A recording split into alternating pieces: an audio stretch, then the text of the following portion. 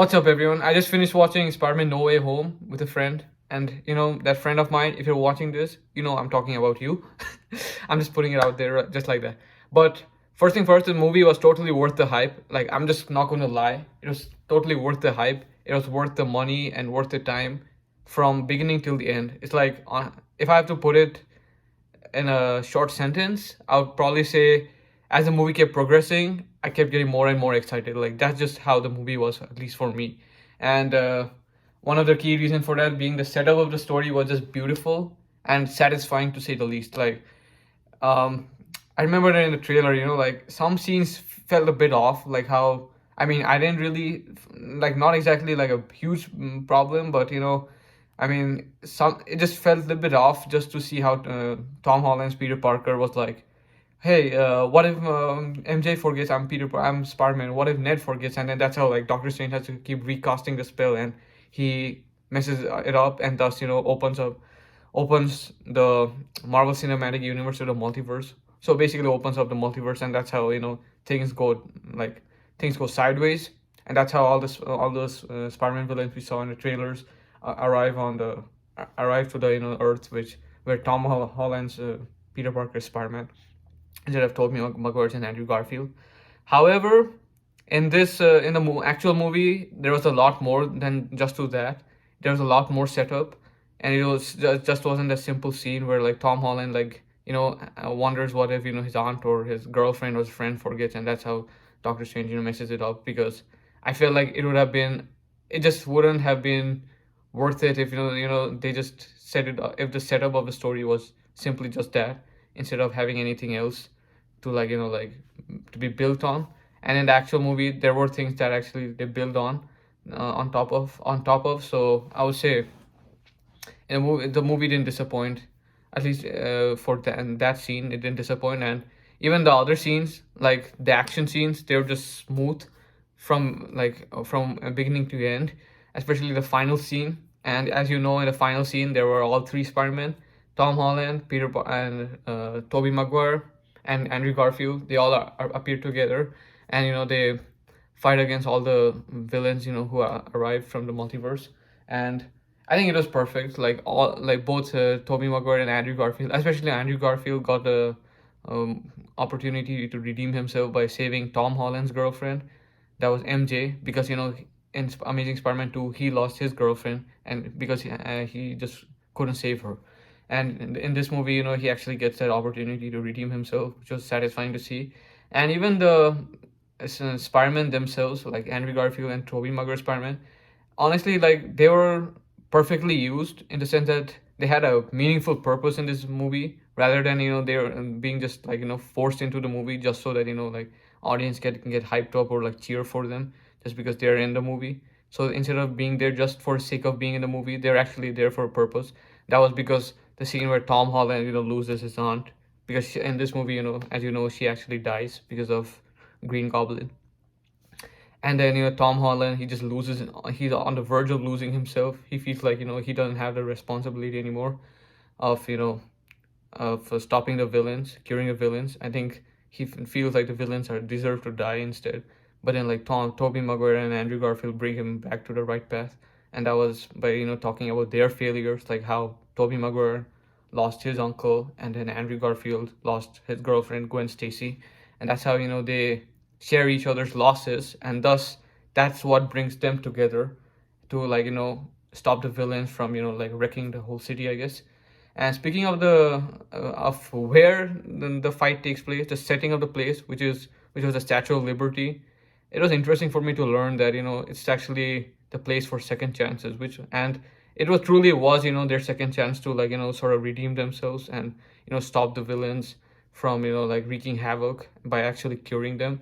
And it was, I think in that way I would say it was a perfect location for them to fight against the villains for a second time, because it was the Statue of Liberty, which is supposed to be the land of second chances, which honestly was my first time learning about, because I don't think I ever learned that before. So that was a new thing for me to learn.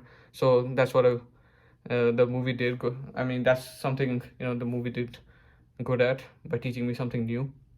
So great job to the movie. And speaking of the villains, let's talk about the villains. Like first thing first, the first villain I would say who was perfectly like he was well made. Like the costume was much better, and so was the character. So was the character development. That was Jamie Foxx's Electro, like hands down. He needed the most improvement, given that he was just like like I don't know. He was just like this blue man, like blue individual with some kind of like like some tech suit, like some dark color tech suit or something.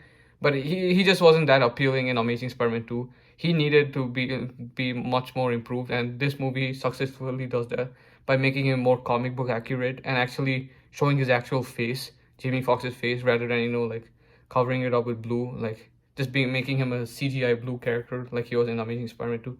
He was much better improved, and he was also well written in the sense that his dialogues were much better.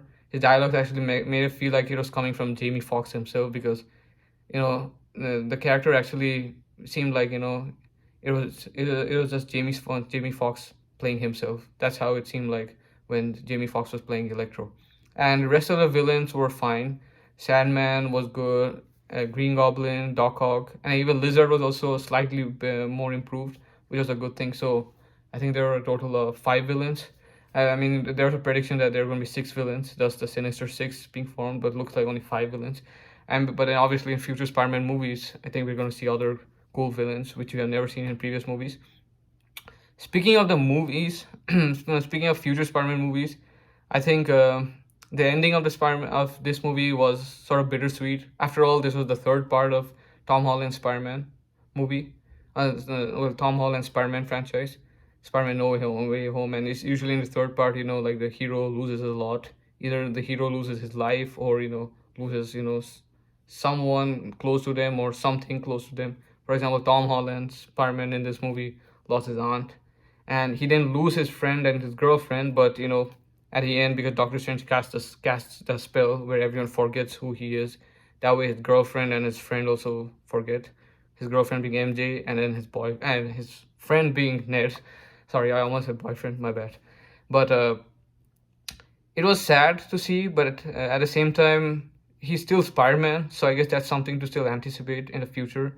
That way, even though the ending was bittersweet, it was still like it was still worth the ending was still worth the way it was written, because at least there's still something to anticipate for the future Spider-Man movies. Because I'm pretty sure Spider-Man is still going to be Spider-Man. We see him at the end slinging across the buildings. Speaking of the costume he was wearing while swinging across the buildings, it seems certainly seem more comic accurate, even more comic accurate to the suits Tobey Maguire and Andrew Garfield had.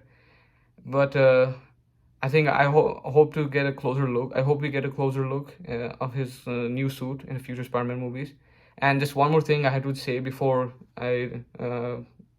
before I finish up this video, was about Andrew Garfield, Tobey Maguire, and Tom Holland.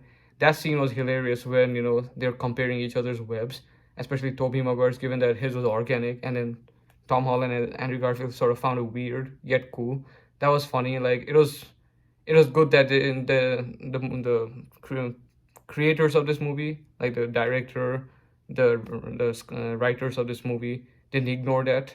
It's not they didn't let that fly away. Instead, they actually paid attention to that detail, and actually made Tom Holland and Andrew Garfield scratch their head by making them wonder why and Tobey Maguire's web is organic, which makes it sort of unfair, given that they need to use web shooters to shoot webs, I guess.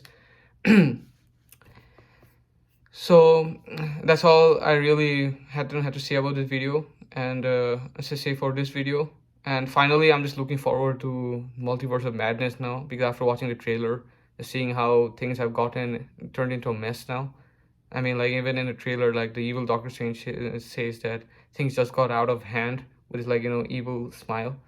And I'm just looking forward to what happens in Multiverse of Madness, because Multiverse of Madness is basically a continuation of Spider-Man No Way Home. I think we can agree on that. So there's that. And finally, I just had been hoping to see these two villains together for such a long time. Finally, we got to see these two villains, who are two of the most classic villains in the Spider-Man movies and the comic books, and those are none other than Alfred Molina's Doc Ock and Willem Dafoe's Green Goblin. So we got to see them together. but that was pretty nice. uh, I think that's all I really have to say for the video. Tell me what you thought about the movie and this video, and until next time, see you next time.